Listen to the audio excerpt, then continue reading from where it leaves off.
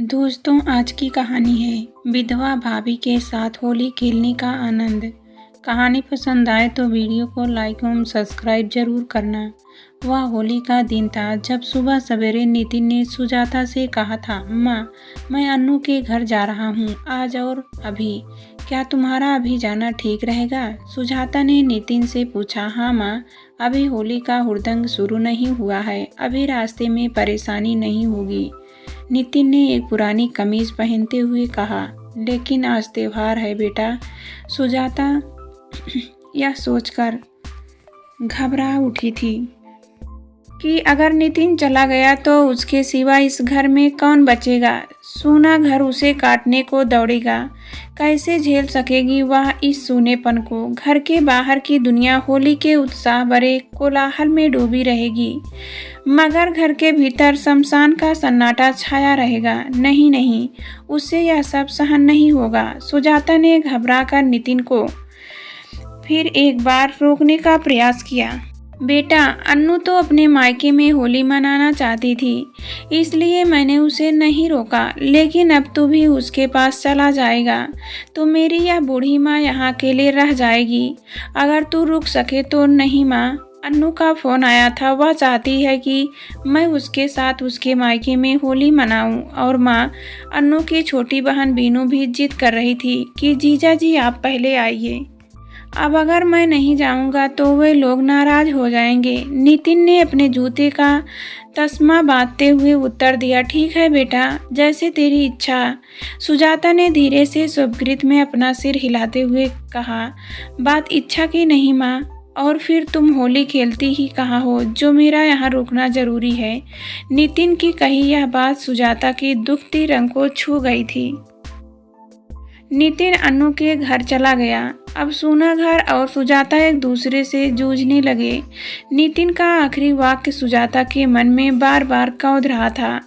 और फिर तुम होली खेलती ही कहाँ हो? लगभग 12 साल पहले उस दिन भी होली के हुड़दंगी सड़कों पर होली है का शोर मचाते हुए धूम मचा रहे थे।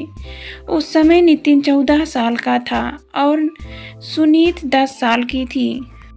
दोनों बच्चे बहुत छोटे तो नहीं थे, लेकिन होली का त्योहार बड़े बूढ़ों को भी बच्चा बना देता है। नितिन और सुनीत सवेरे से उत्साहित थे। सुजाता जानती थी कि उसकी भाभी को उन दोनों बच्चों का या खेलना कूदना रास नहीं आता है, फिर भी वह बच्चों को मना नहीं कर पाई। जब बच्चे होली के रंग से सराबोर होकर घर लौटे तो सबसे पहले दौड़कर अपनी माँ सुजाता से लिपट गई। सुजाता के कपड़े भी उनके शरीर पर लगे रंगों से रंग गए। उसी समय भाभी आ धमकी। भाभी अपनी सहेलियों के साथ होली खेल कर चली आ रही थी, लेकिन वह सुजाता और उसके बच्चों को देखकर भड़क उठी। यह देखो, कैसा जमाना आ गया है।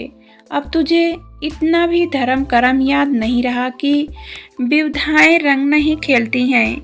जैसे तू वैसे तेरी औलादें। मैं तो तंग आ गई हूँ। तुम सबसे इतना ही होली खेलने का शौक है तो दूसरा घर बसा ले, फिर जी भरकर होली खेलना, भाभी ने कहना शुरू किया और फिर देर तक अपने मन की भड़ास निकालती रही। सुजाता ने उसी दिन तय कर लिया था कि चाहे जो भी हो जाए, मगर वह अपने भाई के घर किसी शरारती की भांति जीवन नहीं व्यतीत करेगी और ना ही कभी होली खेलेगी। जब से उसके जीवन में ही सुहाग का रंग नहीं रहा तो वह रंग खेल कर करेगी भी क्या?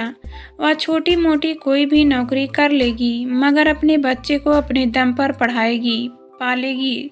सुजाता ने उसी शाम को अपने भाई का घर छोड़ दिया था और अपने दोनों बच्चे को लेकर अपनी एक सहेली के घर जा पहुंची थी। उनकी सहेली ने उसे दूसरे दिन से एक सिलाई सेंटर में काम दिला दिया था। अपनी मेहनत और लगन के दम पर सुजाता ने जल्दी ही अपना स्वयं का सिलाई सेंटर खोल लिया।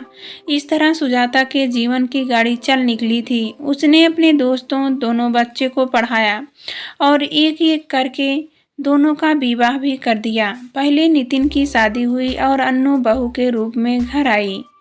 इसके बाद सुनीत की शादी हुई और वह अपने ससुराल चली गई। कुछ ही महीने बाद सुनीत के पति को विदेश में नौकरी मिल गई और सुनीत भी अपने पति के साथ विदेश चली गई। सुजाता के लिए लेदे पर नितिन और अन्नू का ही सहारा बचा। लेकिन अन्नू को सुजाता का सादा जीवन बिल्कुल रास नहीं आया। ऊपर से तो वह कुछ कहती नहीं है, लेकिन भीतर ही भीतर नितिन को भड़काती रहती है कि वह अपनी माँ से अलग रहने लगे। सुजाता सब कुछ देखती समझती हुई मौन रह जाती है। कहे भी तो क्या, अपने भाई का घर छोड़ने के साथ ही मानो वह जीवन के रंगों को भी छोड़ आई। अब उसे कोई भी रंग नहीं भाता है। अन्नू का भी इसमें उसे कोई दोष नजर नहीं आता। आखिर नई उम्र में अन्नू रंगों से, जीवन के उल्लास से नाता रखना ही चाहेगी। भला वह क्यों नीरस बेरंग जीवन जिए। सुजाता अन्नू और नितिन को किसी बात के लिए कभी मना नहीं करती। जब नितिन को हनीमून पर जाने के लिए छुट्टियां नहीं मिल पा रही थी, तो उसने खुद ही नितिन से कहा था कि वह प्रतिदिन शाम को दफ्तर से लौटकर घर लौटने के बाद अन्नू को कहीं घुमाने ले जाया करे, ताकि उसे हनीमून पर न जाने पाने का दुख न हो। सुजाता की तमाम अभिलाषाएं मानो मर चुकी थी। वह न तो कभी सिनेमा देखने जाती और न ही कहीं घूमने। सुजाता के रूप में घर के वातावरण में एक अव्यक्त उदासी छाई रहती और इसी उदासी से अन्नू को चिढ़ होती। परिवार का एक व्यक्ति हमेशा एक उदासी ओढ़े रहे थे, तो बाकी सदस्य भला कैसे हंस बोल सकते हैं। एक मर्यादा उन्हें भी हंसने चाहने से रोकती। इसलिए अपने विवाह के बाद ही यह तीसरा होली अन्नू ने अपने मायके में मनाने का निश्चय किया। सुजाता चाहकर भी उसे रोक न सकी। रोकती भी तो भला किस आधार पर। किसी को अपनी खुशियां अपने ढंग से मनाने का अधिकार होता है। अन्नू को भी है। अन्नू अपने मायके गई वह तो ठीक है, लेकिन अब नितिन भी अन्नू के पास चला गया है। पति छूटा, मायका छूटा और अब बच्चे भी उससे दूर होते जा रहे हैं। यह सोचकर सुजाता की आंखें डबडबा गई। अकेलापन उसे चुभने लगा। उसे समझ नहीं आ रहा था कि वह क्या करे। तभी दरवाजे की घंटी ने उसे चौंका दिया।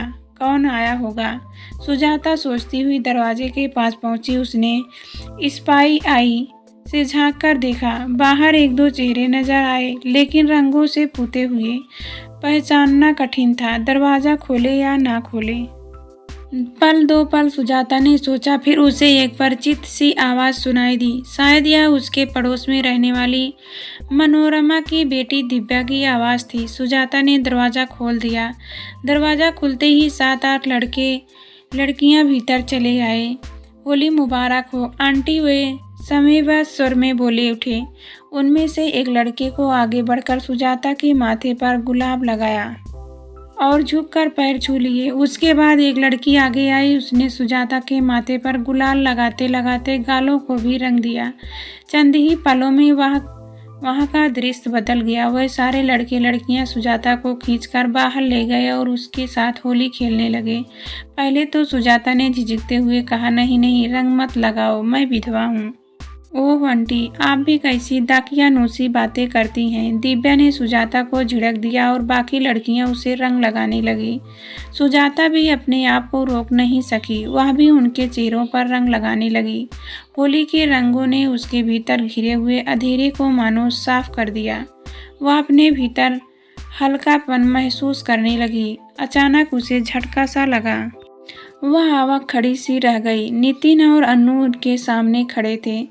तब क्या अन्नू भी कहेगी कि विधवाएं रंग नहीं खेलती? तभी अन्नू और नितिन के आगे बढ़कर उसके पैर छू लिए। मुझे क्षमा कर दीजिए माँ, जो काम इन लोगों ने किया वह मुझे करना चाहिए था, मगर मैं आपके अकेलेपन को समझ नहीं सकी। हर इंसान के भीतर उत्साह के स्रोत पाए जाते हैं। यह तो परिस्थितियां हैं जो उन्हें दबाए रहती हैं। मैं आपकी परिस्थितियों को समझ नहीं पाई और आपको उत्साहहीन मानती रही, जबकि आपके भीतर उत्साह जगाना तो हमारा कर्तव्य था ना। अन्नू ने सुजाता से कहा, हाँ माँ, आज मुझे भी अपनी गलती का एहसास हुआ और इसीलिए हम दोनों लौट आए। मैंने आपको हमेशा ताना मारा कि आप होली नहीं खेलती हैं, मगर मैंने तो आपके साथ कभी होली नहीं खेली।